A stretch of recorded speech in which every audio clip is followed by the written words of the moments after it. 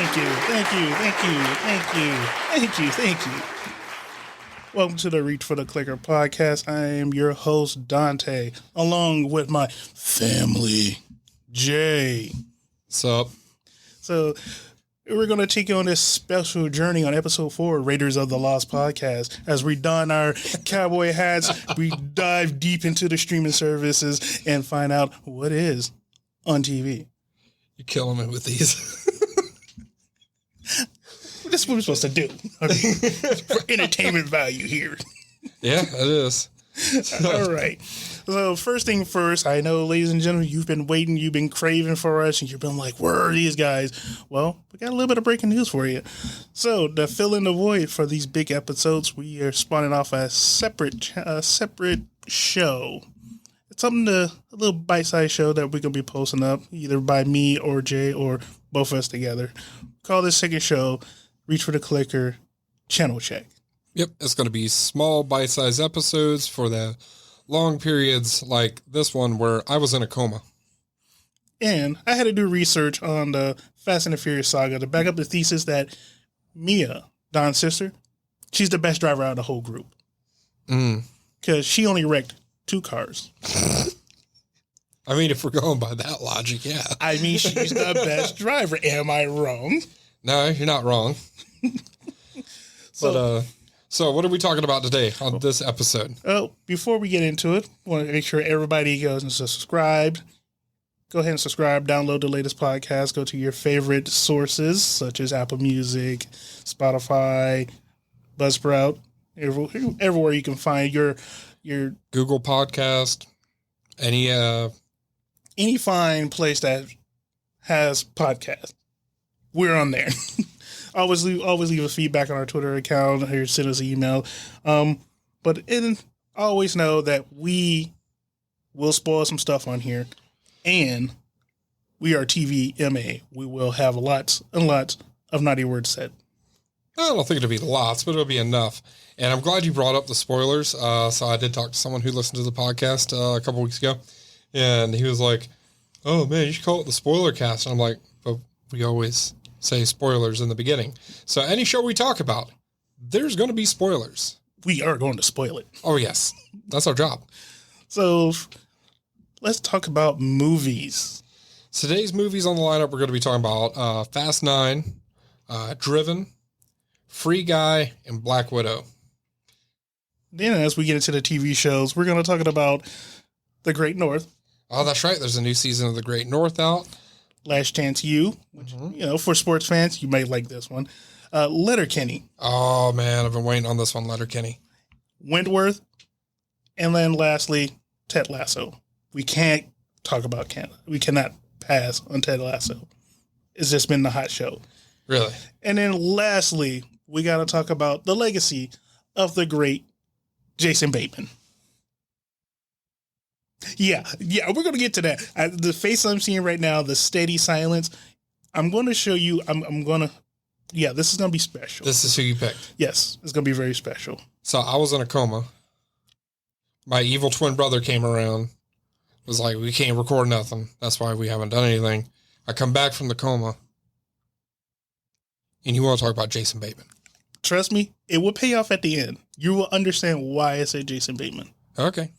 All right, let's get into the movies first. Fast 9. Family. Yeah, the family movie. Basically, we swap out one muscle-bound guy for another muscle-bound guy. We swap out The Rock for John Cena. It was weird, because I didn't see anybody driving those cars the whole time. Which cars? The ones, they keep saying this guy John Cena's in it. Didn't see him once through the whole movie. His brother Toretto. That still makes no sense, but okay. Yeah, I like how we got all right, so we get a little bit of background on Dom's family. So we get to see the brother that I guess was vaguely mentioned in the previous 8 movies. I don't remember him being mentioned at all, and I've watched these movies pretty religiously.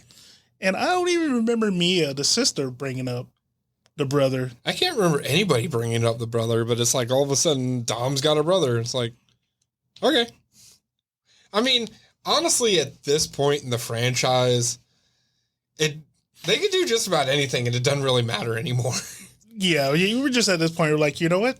We're here. We're just here for the ride. Let's see how far we can take this. How far can we push this? And this is exactly where the franchise is getting to: is how far can we push this? Oh, I know, because like I had made the joke before we watched the movie. I was joking. I was like, "What are they going to do next? Fast and the Furious in space?" And then it happened.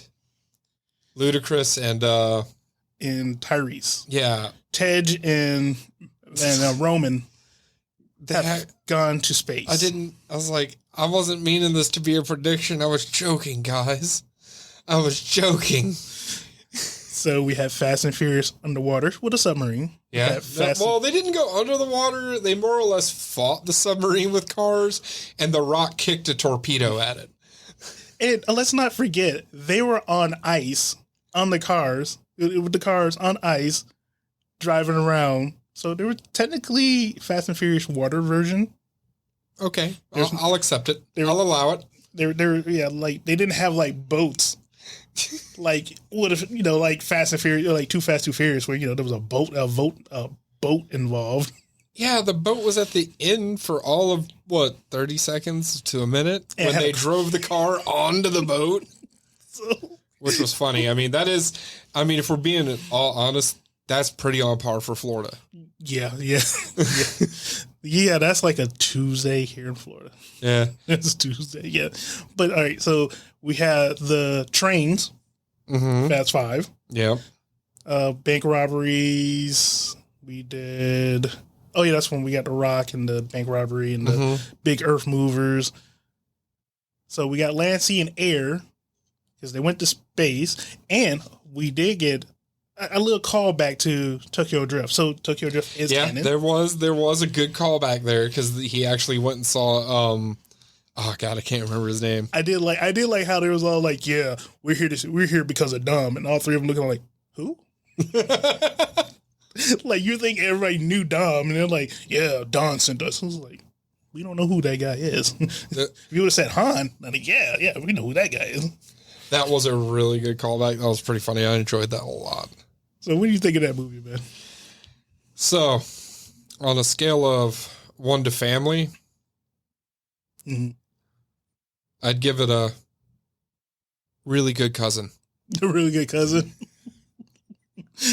I will point out this though. Mia didn't wreck her car. Mia did not wreck her car. So that's why I say that the Fast and the Furious movie universe, Mia, the younger sister, is the better driver. To throw in real quick before we move on that one, I was not happy with how they kind of played off Paul. Yeah. Oh, he's at home babysitting. Like, the man wanted to get out the game. Yeah, he got out of the game in a rectangle. Don't get me wrong, I love Paul Walker. Paul Walker is one of my favorite actors. I mean, he is one of the reasons why I got into the car scene back in high school when I did. Paul Walker is great. And I just feel like they did not do my man right on that one. I kind of like the fact that he's retired. I like the retired Brian. I like that. Yeah, he's retired, but so is Dom. Dom's been retired, 4 times now? But they keep bringing me in. They keep pulling me back in. Oh, family. Like, that's all you really got to say is, Dom, I need you to go save the world from a jumbo plane that's going to lift off this 30-mile airfield. And I think your baby mama's cousin, brother, uncle-in-law is on that. Wait, that means he's family. Let's ride.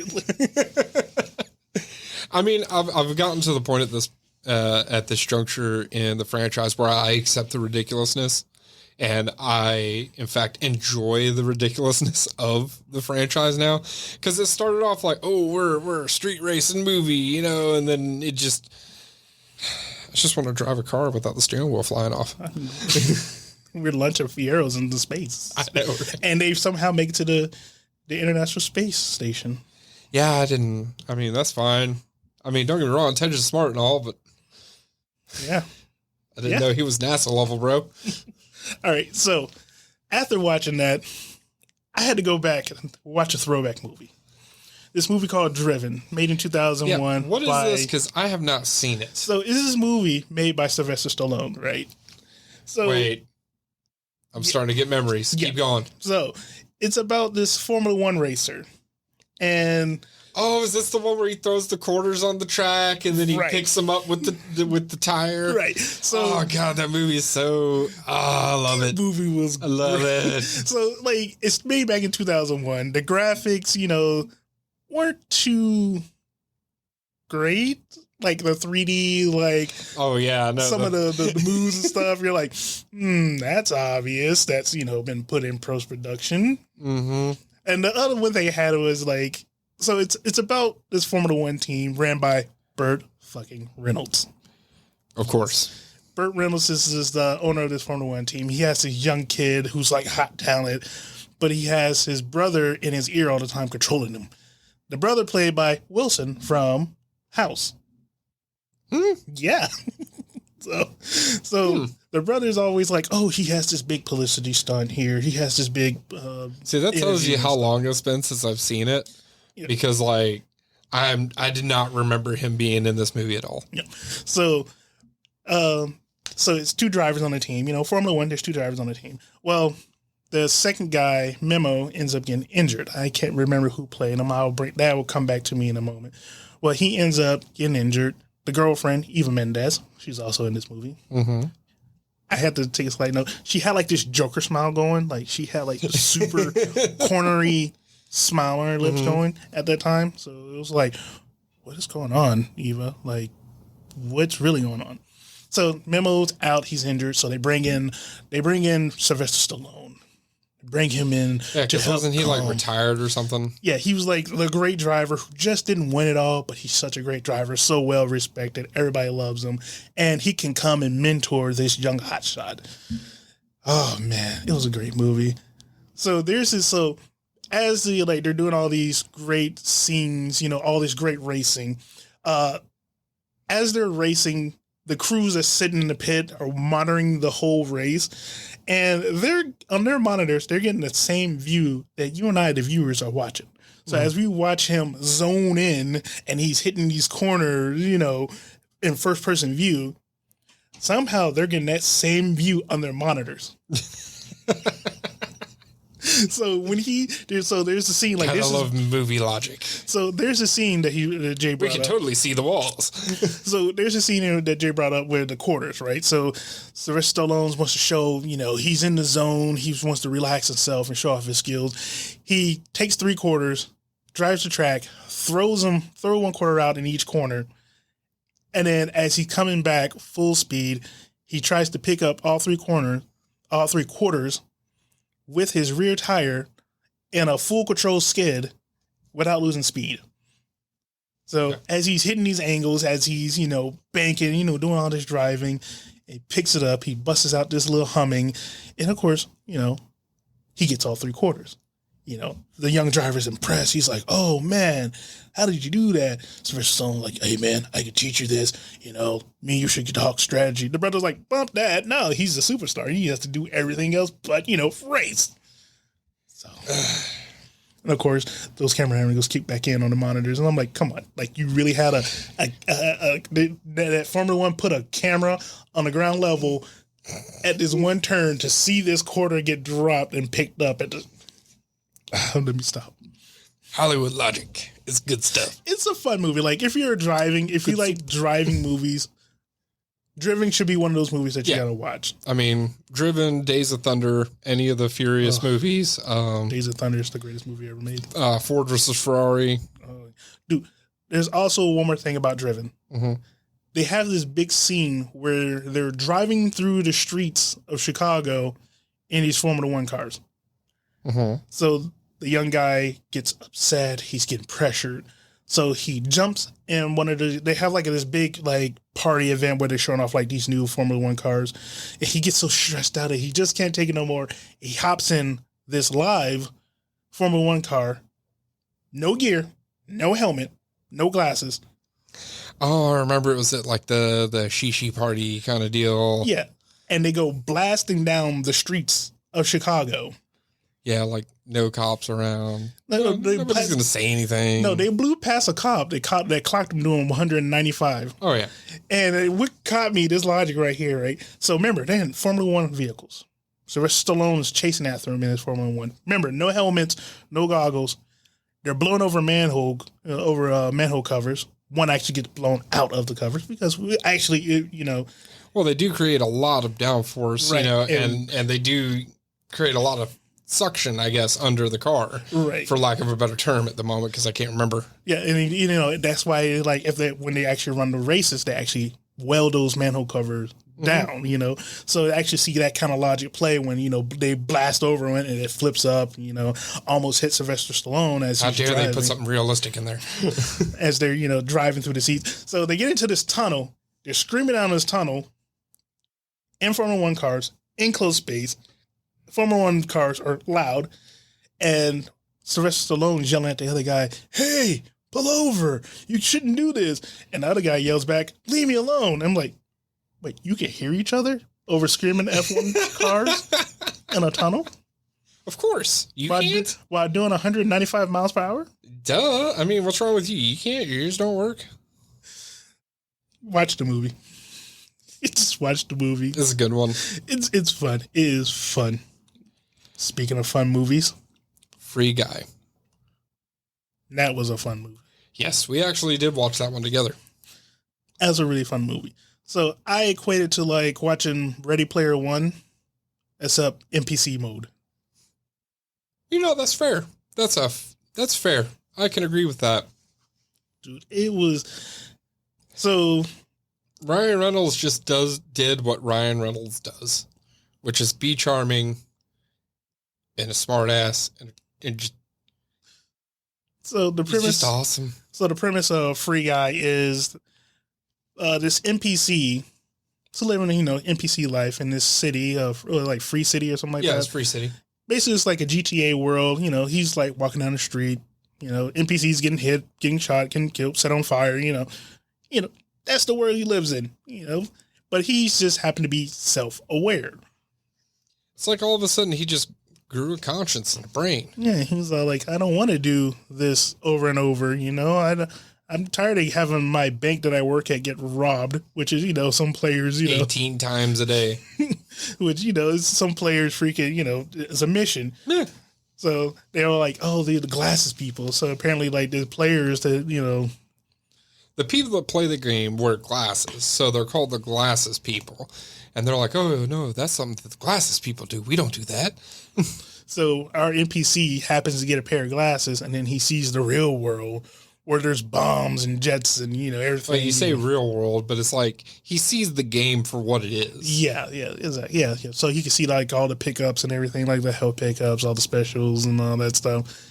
And, like I said, it's like Ready Player One, where he goes on this mission to play the game so he can meet one of the glasses people because he likes one of the glasses people. And so it's like, oh, that's cute. And, he's going off, to be on her level. Yeah, because basically they meet up and then she's like, oh, you want to talk to me? Level up. And he's like, level up? She goes, yeah, level up. So she goes, go kill people, shoot people, do things. He's like, but I don't want to do that. So he goes out and he actually levels up by helping people. You know what? I love a woman that'll tell you that. Go level up. Yeah. You want to be on my level, go level up. I'm like, bet. So he does. I got you, girl. You want me to go level up? I'll be back. But there's actually like a whole B story too that goes along with it. So the B story is, apparently there's these two developers that built like what's that Sims game that was made by what's it called? Basically, it's like a life. It's like it's not Spore. I think I want to say Spore. It's made by EA. It was made by EA. It's called Spore. Basically, it's like a life simulator. Was there a lot of genitalia in it? Yeah. In Spore. It's Spore, yeah. So Maxis, that's what it's copy called by Maxis. And what he did was they made this life creating game and then like try to evolve life into whatever it does. It's basically just a life simulator. Yeah, that game didn't go as planned. No, especially it turned into genitalia simulator. Yeah. I mean, when you give that to the internet, that's what the internet's going to do to you. There was so much undulation. So the two developers, they sold the game. One of the developers, the girl, she's like, no, he stole our code. He's using it. I'm going to prove it. The other developer, he's working for the company that bought their code and everything. And of course, you get to see Taika Waititi. Yeah, you get to see him live in person without looking like Korg from not Guardian of the Galaxy, Hulk. No, Hulk. No, it was Thor. Thor Ragnarok. Yeah. Thor Ragnarok. Which was kind of World War Hulk. World War Hulk, yeah. But anyways, moving on. You get to see him, in human form. Free Guy was a lot of fun. It's kind of one of those movies where you don't really need to think a lot. You just kind of watch it and enjoy it and go along for the ride. It really is one of those, put it on, play. That really did what it is. I mean, that's all you really say about it. It's a fun movie. It really is. It really is. It's worth the watch. It's not bad by any means. Yeah, it's like I said, it's like it really is like Ready Player One, except it's not deep. It really is not deep. It's one of those. You will see it running on TNT or USA or. Don't get me wrong. There is like B story and backstory and all that stuff, but we all know what we're really watching this movie for is Ryan Reynolds be funny. Yeah, which he's really good at, and the sight gags, of course. Like sight gags, a Halo Scorpion riding down the road, or Hog, dude, yeah, or he pulls out the Hulk fist and the Mega Man blaster. So yeah, like I said, it's good stuff, good fun romp. Like honestly, it's just a good movie. Don't look too deep into it. Yeah. So next up. Black Widow. Okay. You seen it yet? I have not. Really good. Really good. I enjoyed it thoroughly. Really? Some people say, otherwise, but I'm not some people. You're that guy. I'm that guy. Yeah, we got a podcast. Touché. We get to act like our opinion matters. Because as I tell you before, all these Hollywood execs, and all these Hollywood execs, presidents and management, interns, CEOs listen to us. Oh yeah, I mean that's what happened to your show. What was that show? American Housewife that we didn't save. Yeah, go ahead and keep that show gone. No, you're really trying to get Batman to hate me, aren't you? Listen, Ted Turner, just keep it going. You're an ass. You didn't know that. So tell me about Black Widow. So Black Widow is. In the universe, it kind of takes place. Was it after the snap or before the snap? I'm trying to remember. It's got to be before the snap, right? No, it was after the snap. It was after everyone got brought back. No, it was before the snap. I'm sorry, it's before the snap because it's during the Sokovia Accords, which, basically it's like, oh, you're bad guys now if you don't work for us. So bad guys now. Yeah, basically. So you've got, and it kind of takes place like the snap. I think does happen eventually, but basically it takes place before it's pre-snap, but post Sokovia. If that makes sense. I think so. Yeah. I think I get it. Okay. Basically, Black Widow kind of goes on like a self-finding mission. Really? So, Black Widow's not the only Black Widow. Yeah, it's a kind of like an organization. Yeah, they're all trained at this place called the Red Room, and it's a big organizational thing. And so there's many Black Widows. It's just she's the famous one. Yeah, like the Weapon X project. Yeah, there's plenty of Weapon X's. Some that we don't talk about due to certain movies, which we will not talk about. I think we retconned that one already. Did we? Yeah, he put like 13 bullets into it.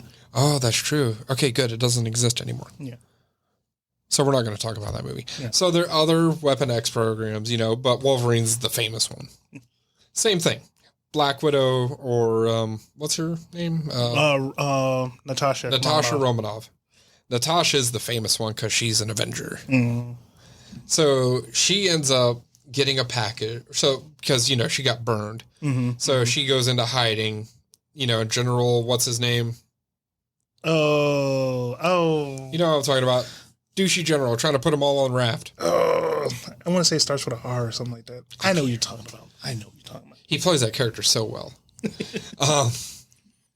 But so he's trying to catch her and she's just like, yeah, good luck with that guy. Not that guy. Yeah. It's like, you do realize like she is a spy and an assassin like since she was a child. But he commands the military. He can find anything that he wants. Whoop-de-doo. The greatest two words ever, military intelligence. Yeah. Yeah. So they do go into her backstory too. Mm-hmm. So apparently her and her sister, you can't see it, I'm doing air quotes, sorry. Sister are in America in the 80s. Okay. And her parents are there too, but they're all Russian spies. So it's like the Americans. Yeah, but Marvel. Actually, Marvel it's division. the Americans, but Marvel, and with I can't remember his name. He's like a Russian superhero. And you're talking about not David Hayter, David Hayes, the guy from he was basically Stranger Things. Russia's David Harbour. He was Russia's attempt at Captain America. So he's got super strength and all that. I'm trying to remember what his character's name was. Wasn't it like the Red Scare or something like that? Or Red? No. Captain Red or something like that? God dang it. It's like, what's his... David Red Harbour. Guardian. That's what it is, yeah. He is the Red Guardian, and he plays it so well, and it's so good because he's... So they eventually end up finding whatever it is they're looking for, and they get burned, so they take off back to Russia. Well, they actually went to Cuba because 80s. Yeah. And basically, Little Russia. So, anybody who's not old enough to know what we're talking about, just look up the Cuban Missile Crisis. Well, I guess it was 70s. That was 70s. 70s. Late 70s. Yeah. Yeah. Either way, Cuba and Russia were really tight back in the day. So, yeah, a lot of, yeah. So, how did it go? So, they get back, and he's like, oh, I can't wait to be the Red Guardian again, Mm-hmm. And Natasha and her sister get sent to the Red Room where, things happen and they become super awesome assassins. So, many years later, her sister character name is Yelena. Mm-hmm. But they're not really sisters. Remember, they're a whole fake family that was planted there by Russia to spy. Yeah. So her sister somehow gets... So they've been doing mind control on them with chemicals. And one of the Black Widows breaks in and finds the antidote. And so the other Black Widows are sent to kill her. But ScarJo's sister, is like about to kill her and gets hit with the antidote, so she kind of like snaps out of it like, oh my God, I have free will. Oh. So basically they just like deprogrammed them like the Winter Soldier. Kind of like the Winter Soldier, but with chemicals. Hence the antidote part. Mm-hmm. So whereas Bucky, you just say, boxcar, train, cab, yellow, blue, go kill that guy. I love you. It's more like chemicals in the brain, and then they're like, I am a robot, I will kill this person. All right. I got to talk about the big one. The big baddie in this movie. Taskmaster. Yes. How was it? So Taskmaster. Sorry, I got kind of far away from the mic there. Taskmaster, they kind of went a weird way with it. But not like weird bad, but not like weird good either. Just weird, huh? So, spoilers, people, spoilers. So, Taskmaster. If you're in this far, you already know it's being spoiled. Oh, yeah. So, Taskmaster is the daughter of the Red Room director. Like the guy that runs the whole shebang. And everybody thinks that she's dead because Natalia, Black Widow, made an attempt to kill him. She thought she killed him and his daughter. She's like, oops, collateral damage. My bad. Shit happens. It be like that sometimes. So she thinks they're all dead. Then it turns out Taskmaster, like, you don't find out really about who Taskmaster is till a little bit later, but she still does all the whole, I mimic all the moves and everything. In fact, it was a really good joke that Natasha's sister made. When you jump, why do you land and flick your hair and do the pose? Oh, the superhero pose? Yeah. She's like, I don't know what you're talking about. She goes, you're a poser. You pose every time you jump on something. Nice. Oh, just giving her shit, and it's great.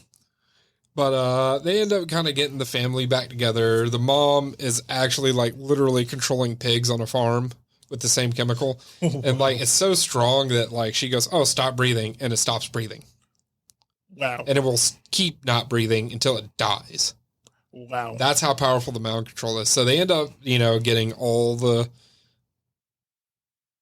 antidotes and they're trying to save the other Black Widows and give them free will and blah, blah, blah, yada, yada, yada. Things explode. Black Widow kills people.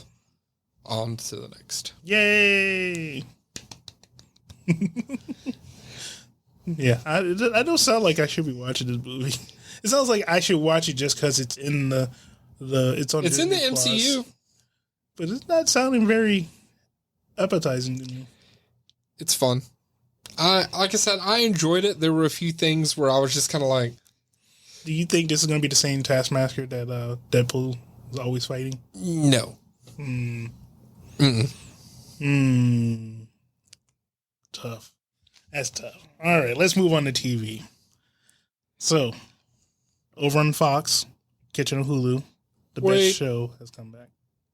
Before we do that, I gave you a homework assignment before I went into my coma. Did you do any of it? No. There wasn't a grade assigned to it, so... Now there is. There's nobody I can shoot off of. Yeah, you got an F. What was your homework assignment that you signed it? What was the homework assignment? You were supposed to watch Letterkenny. I did not watch Letterkenny. Yeah. So, for those not in the know, Letterkenny is a great show from the Great North, ironically. Yeah. Nice. You're welcome. It is a great Canadian sitcom style show. And honestly, a lot of people are saying that the main character of Letterkenny, his name is Wayne. Give me a second. I'm going to look up his actual name. So Letterkenny is out of the show out of Canada. So Canada has given us another great show besides Degrassi. Jared Kiso. That didn't even sound familiar. It does sound really familiar. Hold on, because I know he's been in more than that. So I appreciate Canada for giving us some awesome shows. And that's what I appreciate about you. So, see, look, you would have got that reference if you'd have watched the show. All right, tell me about this show. So, essentially, what Letterkenny is about. It's a sitcom. You've got Wayne, who has a farm, his sister. You got Squirrely Dan and Daryl. These are the four main characters. And basically the show just kind of follows around. The name of the show, Letterkenny, is the town they live in. Oh. It's this is the town. These are their problems. Okay. All right. Wayne is not just a farmer. He's also the resident toughest guy in town. The resident badass, huh? Yeah, basically he gets into fights constantly.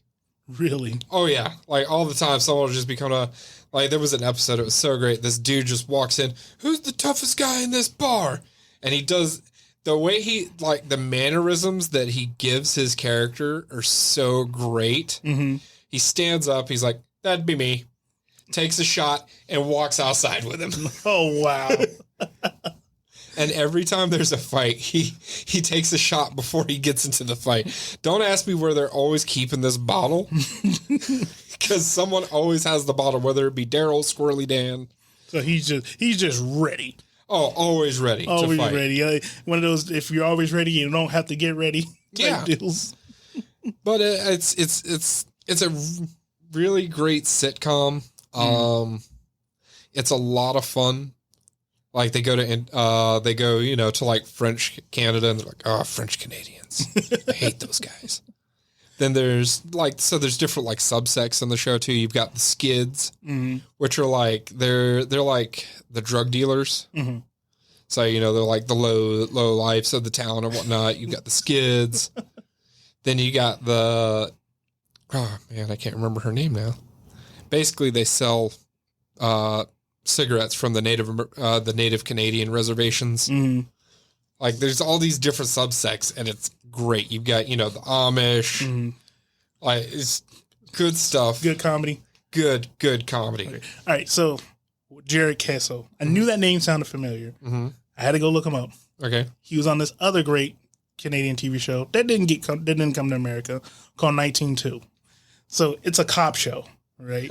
The reason why I remember this guy and I remember this show because they had like the most realistic like school shooting episode ever. Oh wow! It's like 30 minutes uncut, just pure tragedy. You're like, it's so like it grips you.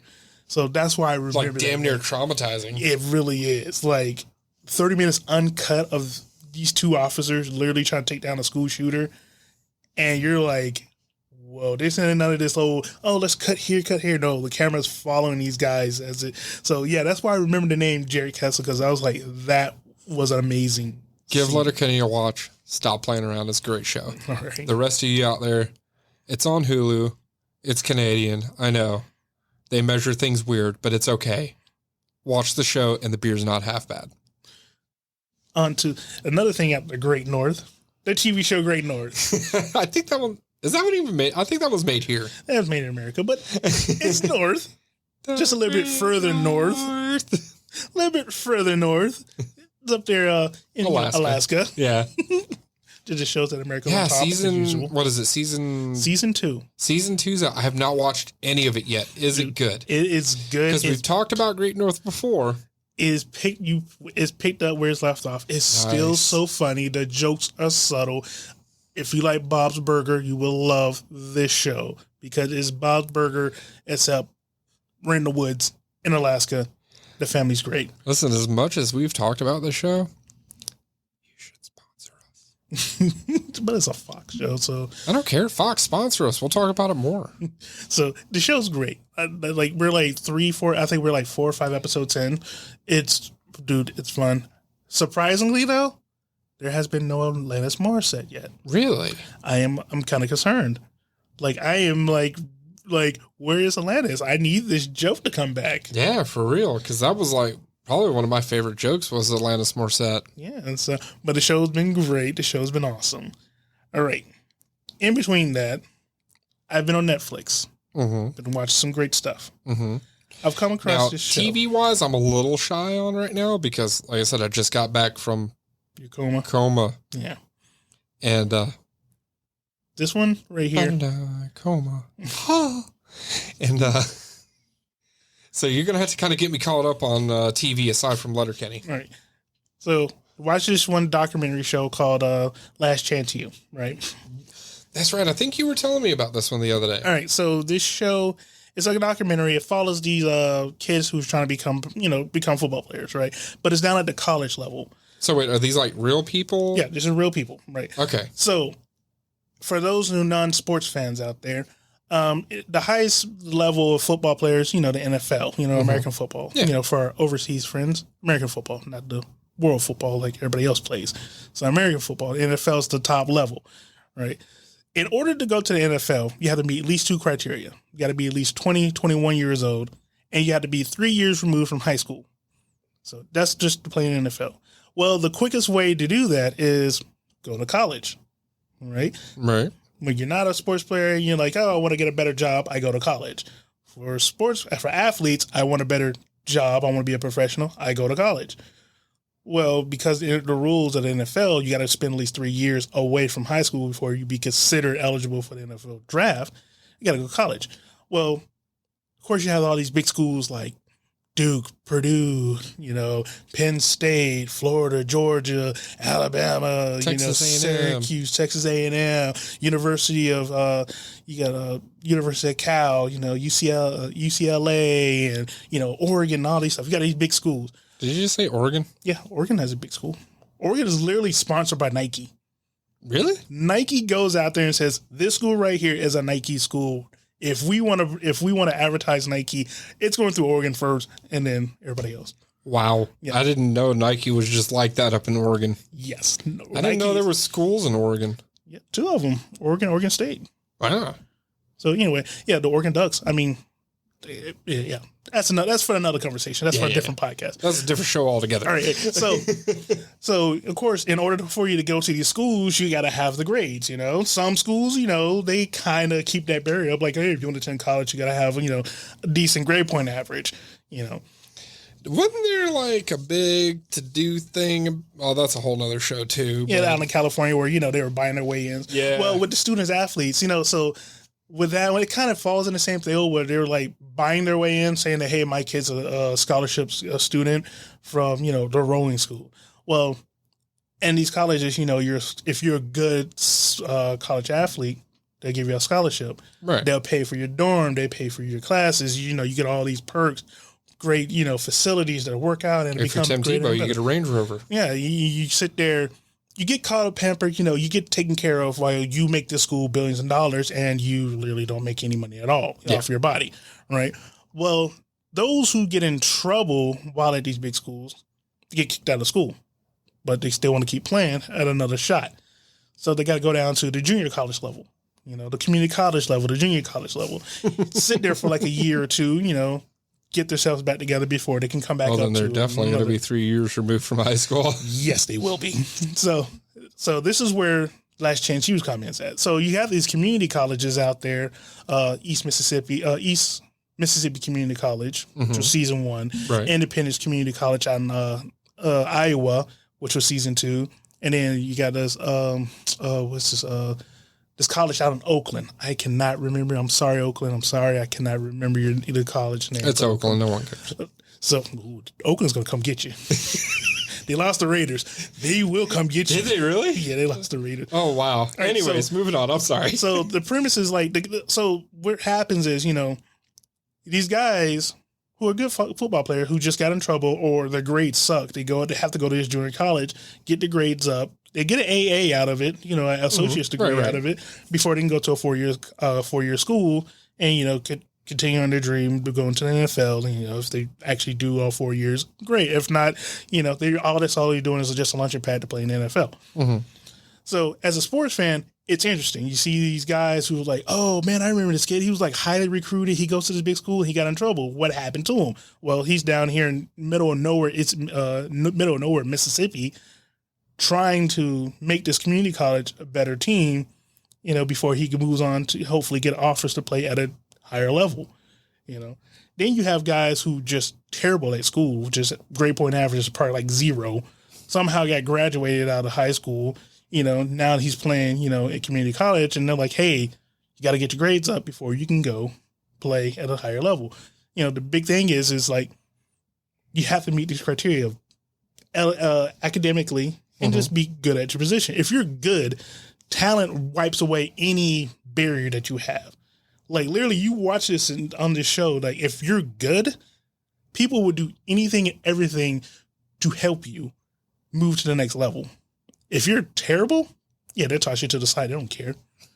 So, and as a non-football player, as a non-football fan, it frustrates you because you're watching these kids who are going to the school with the scholarship, getting all this help and they don't want it. Now, if you went to college and you're like, man, my workload is heavy. I got all this I got to do. I got these papers I got to watch. Yeah. I got all these assignments got to do. There's nobody there to hold your hand. There's nobody there to help you write your paper. It's all you and whatever, the student lounge may, offer some kind of tutoring session that you probably got to pay for. These football players, they don't have that.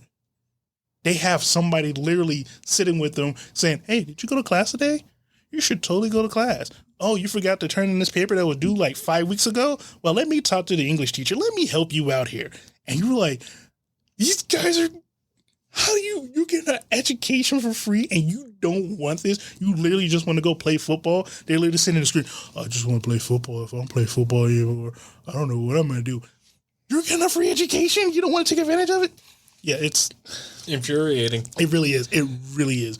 As a sports fan, you love it. As a non-sports fan, it really pisses you off because these guys are literally getting a leg up and they don't want it, and you just want to punch them in the face. So, last show on the docket before we move on to Jason Bateman. What's the last show you got for me? Wentworth. Like 877 Cash Now? No. Not sponsored. Not by him. Not by him. We're not sponsored by him anyways. All right. So don't call that number. There's this prison show out of Australia called Wentworth. Okay. So everybody remembers Orange is the New Black. You know, they're all like, oh, it's such a great show. Oh, we love the characters. Wentworth would make Orange is the New Black his bitch. It makes it hold his belt loop. It makes it combs its chest hair. That's how great Wentworth is. So it's about this lady prison out in Australia. And, you have all these characters. It's mostly about the top dog. The battle for who's the top dog in the prison. She runs the joint. She keeps the gangs. She keeps the gangs at bay. You're like, hey, you got problem, handle amongst yourself. Oh, we want to move drugs in. Nah, no drugs in the jail. That's what the top dog do. She keeps everything running smoothly. She's the liaison between, the warden and the prisoners. Dude, 8 seasons. So the final season has finally dropped. There's on 8 seasons of this? this? Dude, I'm telling you, when you watch this, you're going to be like, yo. Now, I'm not going to lie. While I do enjoy shows like that, due to previous career choices, it makes me really hard to watch shows like that because I look at like policy and procedure and things that they're doing, and I'm just like, that's not right. And here's what blows your mind right here, right? So it's in Australia, so their prisons are different. Exactly. Now, so that probably won't bother me as much. And what blows my mind is I actually had to look it up. So like in the first like 2 seasons, first 1 or 2 seasons, they had a prisoner who had a daughter, a very young daughter. She's probably like 4 or 5. She's in the prison with her. I do what? Yep. So she has her own cell she has her own cell, and her daughter, who's like 4 or 5 years old, is in there with her. Like, no lie. She gives birth. She's up. They had like a mixer between the male prisoners and the female prisoners on a work project, and she ends up getting knocked up by a male prisoner. She gives birth, and she brings that baby back into the jail, and she has to take care of this baby until, about a year, and then the dad finally takes the baby out of the jail, and she still had to serve her time. Isn't the dad in prison too? Yeah, but he got out before her. Oh, he got out before her? Yeah, he got out before her. So it was like you get 6 months of him visiting, visiting her and the baby. And then when it hit 1 year, he gets the baby out. He's like, yo, we're waiting for you. Just hurry up and come home. And then she finally gets released, and she goes and be's with him. Oh, jeez. Dude, it sounds crazy. I'm going to have to check it out. Dude, it really is so good. It's really so good. All right, so here we are. This is the time. This is the place. This is the hour. Now, your pick this episode. It's a wild card, that's for sure. Jason Bateman. Sell him. Let's hear it. All right. Jason Bateman. He is the dude. He is that guy. He is that very noticeable face that you're like, oh, it's that guy. That's it. That's all you say about him. You do not say, oh, man, Jason Bateman? Oh, yo, I got to go check this out. Like, you're not like, oh, Jason Bateman's in this? You know what? I ain't going to watch this. Jason Bateman is, oh, he's in it? All right, cool. I mean, yeah, it's going to be all right. Jason Bateman to me is a blanket. A blanket. He is he's like when you're cold or you're hot, you just don't know. Oh, he's like a comfort blanket. Yeah, you put him on and you're all right. Okay. You're just okay. He's like Mayo. He's like middle of the road. He does not wow me. He does not. But he doesn't disappoint either. Yeah, he's the guy. So what movies has he been in? What's some of your favorite movies he's been in? All right. Horrible Bosses. Now, I haven't seen that one actually. So there's 2 of them. Okay. So it's him, Mikey. I want to say Mikey. Not Charlie Day. From okay. It's Always, I like Charlie Day. From Always. Yeah, he's Sunny. from what's that movie with the big robots? Pacific Rim. Yeah. No, I love that movie. All right. So him. I want to say Jason Sudeikis. No, that's not here. That's not right. But it's about Now, it's about these three guys, these three working Joe Schmoes who have like terrible bosses. And I mean, they're like straight asshole bosses. Except for Charlie Day's boss, who is Jennifer Aniston. And Jennifer Aniston is just like straight sexually harassing Charlie Day. Which you're like, what? Like, it's kind of in the movie name, Horrible Bosses. So, and like, all of them are just straight, you're like wowed out by these guys, like the horrible bosses they are. Okay. So he's in Horrible Bosses 1 and 2. Good movie. They're funny movies. Mm-hmm. Again, Jason Bateman's in it. You remember, Charlie Day. You remember, what's his name? The guy that got in trouble. He used to be in House of Cards. Oh, yeah. We don't say his name anymore. He's also in that show. Okay. He's also in that movie. Right? He got in real trouble, like real trouble. Right. So he Horrible Bosses. This is a funny because he was also in a Call of Duty game too. Yeah. So he's in that movie. So you remember everybody else that's in that movie except for Jason Bateman. All right. What's another one he's in? Hancock. Will Smith. Oh, yeah, he was. He was he was basically the second fiddle to Will Smith. Yeah. So he was like the PR guy. Yeah. He was the PR guy for Hancock, a superhero. Which, that movie was great. I love that movie. But do you remember Jason Bateman? I totally forgot he was in it. Remember, he was like, oh yeah, that guy. Yeah. He was that guy. Shit, I literally just had that moment. Damn it. Dodgeball, the true underdog story. Wait, who was he in Dodgeball? He was the announcer. On the Ocho. That's a bold move, Cotton. Let's see how this plays out. Oh, dang it. Yeah, you're right. Holy shit. Right. See, now you're starting to remember this, right? So he was in Tropic Thunder. Do you remember him? No, you don't. I don't. That's what I'm saying. Like, he's Holy smokes. He's just like in everything. He's almost like Gary Oldman. Yeah, but at least you remember Gary Oldman's performances. Well, that's because it's Gary Oldman. I mean, they're great performances, right? I mean, they're pretty good too. They're not like Office Christmas Party. All right, so I don't even know that one. Office Christmas Party. Jennifer Aniston, Jason Bateman, the guy from what's his name?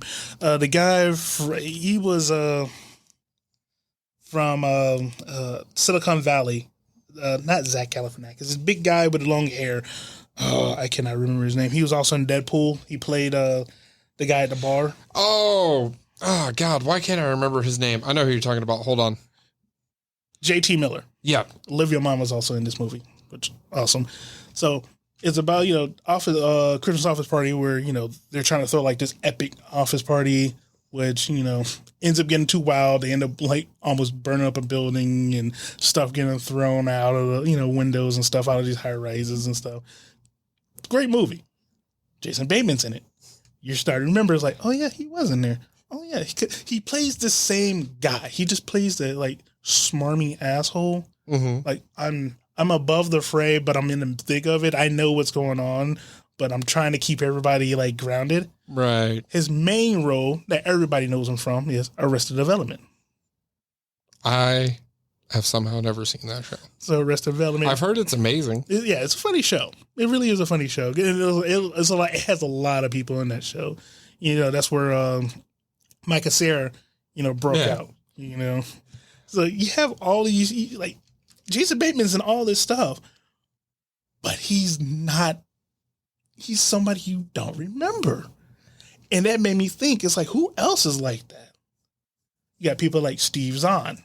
Yeah. Steve Zahn's been in a bunch of stuff, but you sit there and you think about it like, yeah, he's in that, but do I really remember him?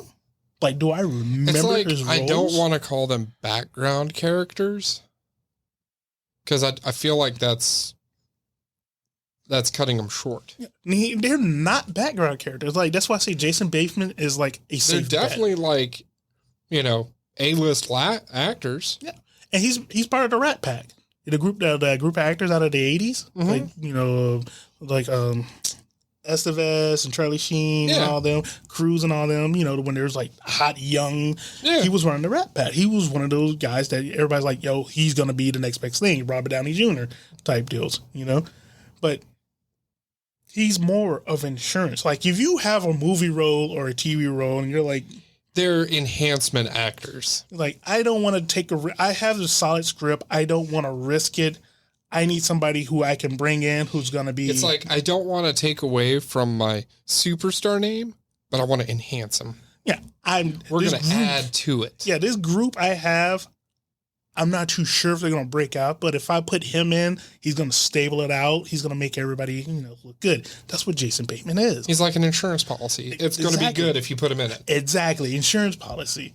That's exactly what it is. The movie Change Up with him and Ryan Gosling. Oh, wow. Yeah, I thought about that one in years. Think about it. Ryan Gosling's in this. You remember Ryan Gosling. But you remember Jason Bateman? No. So that's why I bring to you today. Mm-hmm. I thought about this long and hard.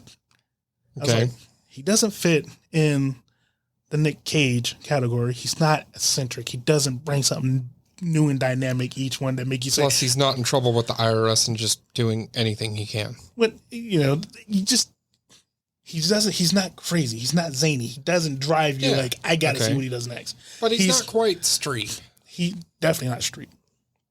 Definitely not street. And he's not a Sadler type. No, because you will admit openly you've seen these movies. Right. And you're definitely not a Jamie Kennedy type.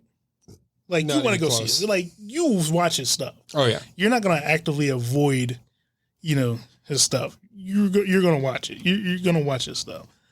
Okay. So where's he going to go then? I propose to you today that we create a fifth category. A fifth category. The Bateman category. The Bateman category. Yes. Okay. What is the Bateman category? Middle of the road guy. He is middle just of the road guy. So guy.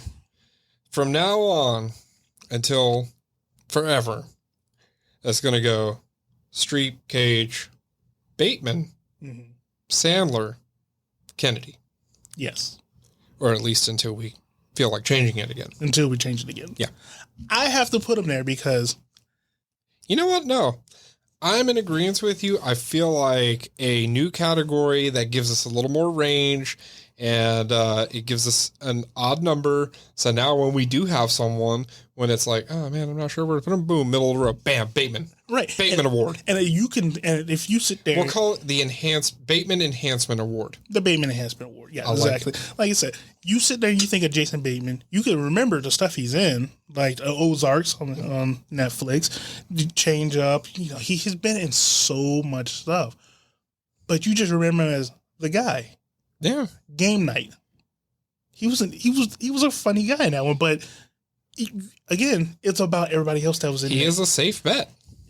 If you are writing a script and you feel, let's say you got some new actresses and actors in there, you put Jason Bateman in it, it's going to be a hit. It's a winner. You're going to make money off of it. Winner, chicken dinner. Yeah. All right, we are going to amend the list. Mr. Bateman, you have your own category now. Please do not take offense. We love you as an actor. We really do. You are an enhancement to those around you. Yeah, he really is. Not that you'll ever hear any of this. His assistant's going to tell him. Oh, his assistant's going to tell him? Yeah. Okay. So this show is very connected in Hollywood. Oh. A lot of assistants and interns listen to us, and they report it back to their bosses. Yeah, they're CEOs and stuff. More than likely they were like, huh? And then go back to making, stupid amounts of money. Yeah. In that, 5 minutes that you're just sitting there. Speaking of which, we're taking on sponsors. Anybody want to sponsor us? We'll take it. Oh, I don't care if it's butt cream. But yeah, that's our trip. That includes our trip right there. Yeah, I love it. I like it. All right. So thank you for listening. Remember to subscribe to us on your favorite listening app, whether it be Spotify, YouTube Music, which we're on YouTube. Wait, are we on YouTube Music? We're not on YouTube. We're not on YouTube Music yet. I'm going to fix that. We're working on that. Actually, we are working on that one. But we are on Spotify, Apple Music, Google Podcast, whatever you listen to us on, please subscribe to us. And keep in mind, we only get better and bigger as you spread our word. Look out for our next show, the shorts, the channel check. Mm-hmm. Follow us on Twitter @ForTheClicker. And also drop us a line. Until then, see you later. Keep surfing.